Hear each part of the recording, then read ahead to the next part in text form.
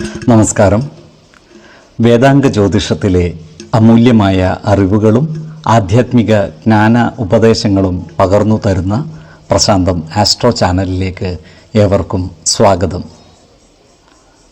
ഈ ചാനൽ ഇതുവരെയും സബ്സ്ക്രൈബ് ചെയ്യാത്തവർ ഇപ്പോൾ തന്നെ സബ്സ്ക്രൈബ് ചെയ്യുക. നോട്ടിഫിക്കേഷൻ ലഭിക്കുന്നതിനായി ബെൽ ബട്ടൺ അമർത്തുമല്ലോ. ഒപ്പം ചാനൽ ലൈക്ക് ചെയ്യുക, ഷെയർ ചെയ്യുക, കമൻറ്റ് ചെയ്യുക. കൊല്ലവർഷം 1200 ധനു സംക്രമം മകയിരം നക്ഷത്രത്തിലാണ്.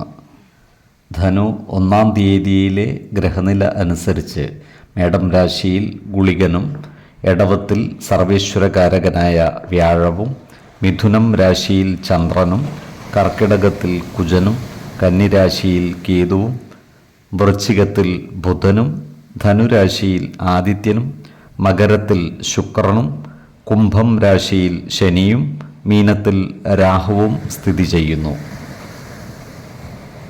ചിത്തിര നക്ഷത്രത്തിൽ ജനിച്ചവർക്ക് ധനുമാസം ഗുണദോഷ സമ്മിശ്രമായിരിക്കും. ഈ നക്ഷത്രക്കാർക്ക് കർമ്മ മേഖലയിൽ കാര്യങ്ങൾ അനുകൂലമാണെങ്കിലും ചില പ്രതിസന്ധികളെ അതിജീവിക്കേണ്ടതായി വരുവാൻ ഇടയുണ്ട്.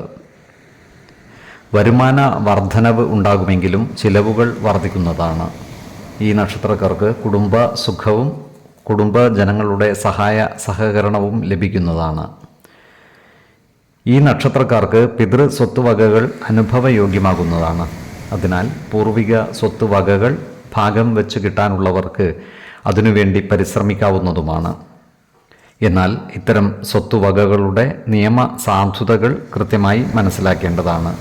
വേണ്ടിവന്നാൽ ഒരു നിയമജ്ഞനിൽ നിന്നും നിയമ ഉപദേശങ്ങൾ തേടുന്നതും ഗുണകരമായിരിക്കും.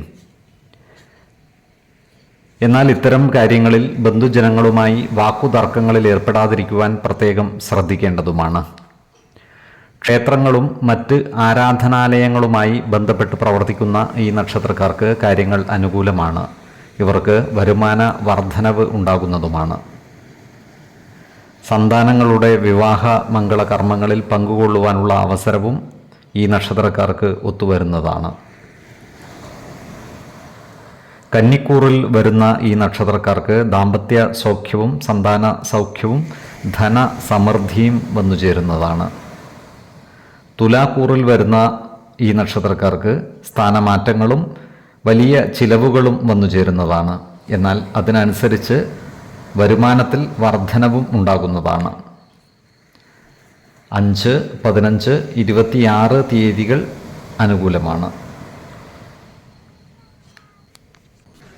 ഈ നക്ഷത്രക്കാർ ജനിച്ച സമയത്തെ അടിസ്ഥാനമാക്കിയുള്ള ജാതകത്തിലെ ലഗ്ന രാശിയുടെയും ലഗ്ന അധിപന്റെയും സ്ഥിതിയും ശുഭ പാപ ഭാവങ്ങളുടെ സ്ഥിതിയും ഓരോ രാശിയിലെയും ഗ്രഹങ്ങളുടെ സ്ഥിതിയും അനുസരിച്ച് ഇവരുടെ പൊതുഫലത്തിൽ ഏറ്റക്കുറച്ചിലുകൾ ഉണ്ടാകുവാനിടയുണ്ട്.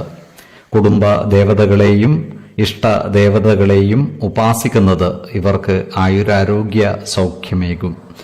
ഇഷ്ടദേവതാ മന്ത്രം 108 തവണ ദിനംതോറും ലിഖിത ജപം ചെയ്തു വരുന്നത് ഇവർക്ക് സർവ ഐശ്വര്യങ്ങളുമേകും.